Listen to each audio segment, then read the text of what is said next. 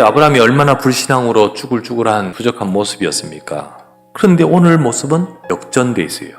아브라함이 하나님 앞에서 내 것 아니라 하나님의 것, 영적인 전환을 하면서 언약 속에 딱 설 때 어떤 모습으로 오늘 바꾸셨는지 오늘 보겠습니다. 하나님이 함께하는 비밀 누린 영적 서밋 아브라함. 아비멜렉 왕과 비골 장관이 아브라함에게 말하여 이르되 네가 무슨 일을 하든지 하나님이 너와 함께 계시도다.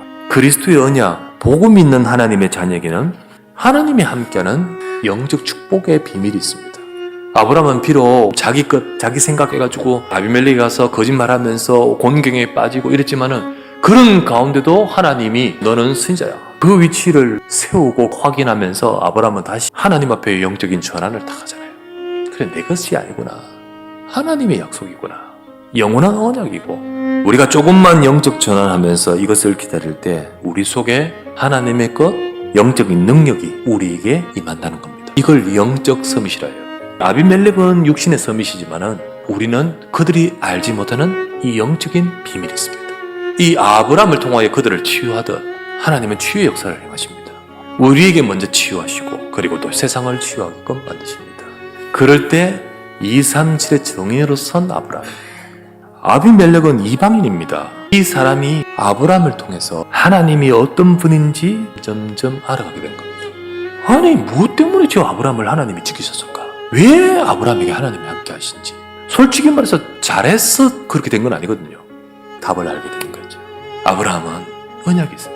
사람들은요, 영적 축복을 누리는 사람들을 열심히 봅니다. 저 사람은 무슨 비밀이 있지? 그러는 가운데 이제 언약의 비밀이 전달되거든요. 이 축복을 갖고 망대로 서 있는 아브라함은 이들에게 정인이 되어 있습니다. 내 것, 내 생각, 내 문제가 아니라 하나님의 것을 기다리고 하나님의 언약을 붙들고 영적인 전환, 망대로 딱 설 때 하나님은 우리의 삶에 237 정인으로 서도록 만드십니다. 아브라함이 그렇게 하려고 한 것이 아니라 하나님이 원래 주신 약속이잖아요.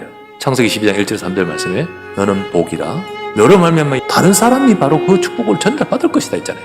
근데 이게 아브라함에게만 주신 겁니까? 우리에게도 마찬가지입니다. 사도행전 1장 8절 말씀에 오직 성령이 너희에게 마시며 너희가 권능을 받고 가깝게는 예루살렘인 불신자들 더 나아가서는 237로 정인되게 하신다 했잖아요. 이게 하나님의 약속이 우리에게도 약속이거든요.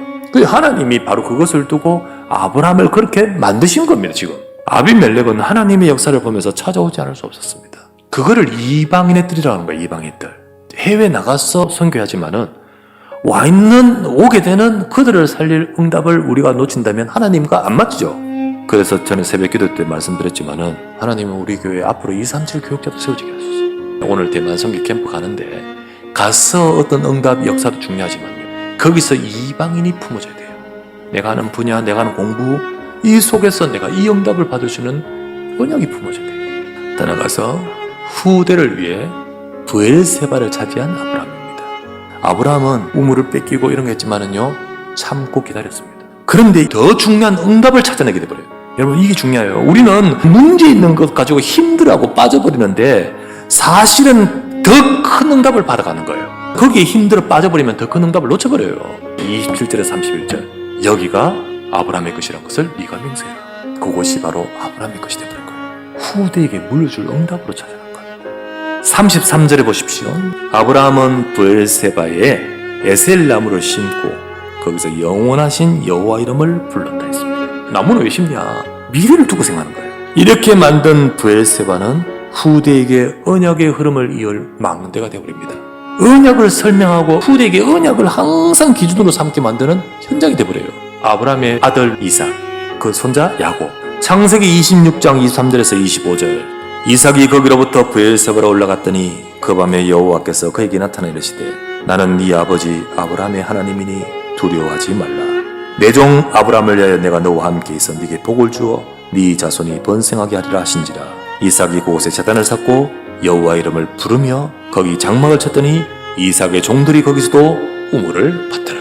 야곱, 창세기 46장 1절에서 3절 야곱이 모든 소유를 꾸고 떠나 브엘세바에 이르러 아버지 이삭의 하나님께 희생 제사를 드리니 그 밤에 하나님이 이상 중에 이스라엘 야곱에게 나타나 이르시되 야곱아 야곱아 하느니라. 야곱이 이르되 내가 여기 있나이다 하니 하나님이 이르시되 나는 하나님이라. 네 아버지 하나님이니 애국으로 내려가기를 두려워하지 말라. 내가 거기서 너로 큰 민족을 이루게 하리라. 중요한 순간에요. 브엘세바에서 이 후대들은 언약을 딱 다시 확인합니다. 우리 삶이 후대에게 언약이 전달되고 기도의 비밀을 갖게 하는 뜰을 갖춰야 됩니다. 때로는 문제가 있고 이런데 아브라함은 그걸 참고 기다리면서 이 응답을 결국 받잖아요. 우리가 문제 가지고 왕왕 거리지 말고 진짜 영적인 전화한다. 그리고 우리의 삶에 정말 하나님의 약속을 붙들고 인도받을 때 하나님 이렇게 만드신다고 이렇게 먼 미를 보고 브엘세바 같은 망대를 세워야 됩니다. 이런 응답을 받아가는 것이 우리 인생의 작품이거든요. 이 작품이 바로 결국은 유산입니다. 정말로 여러분들과 제가 영적인 전화 하나님을 기다리십시다. 강단의 말씀을 붙들고 하나님을 바라보십시다.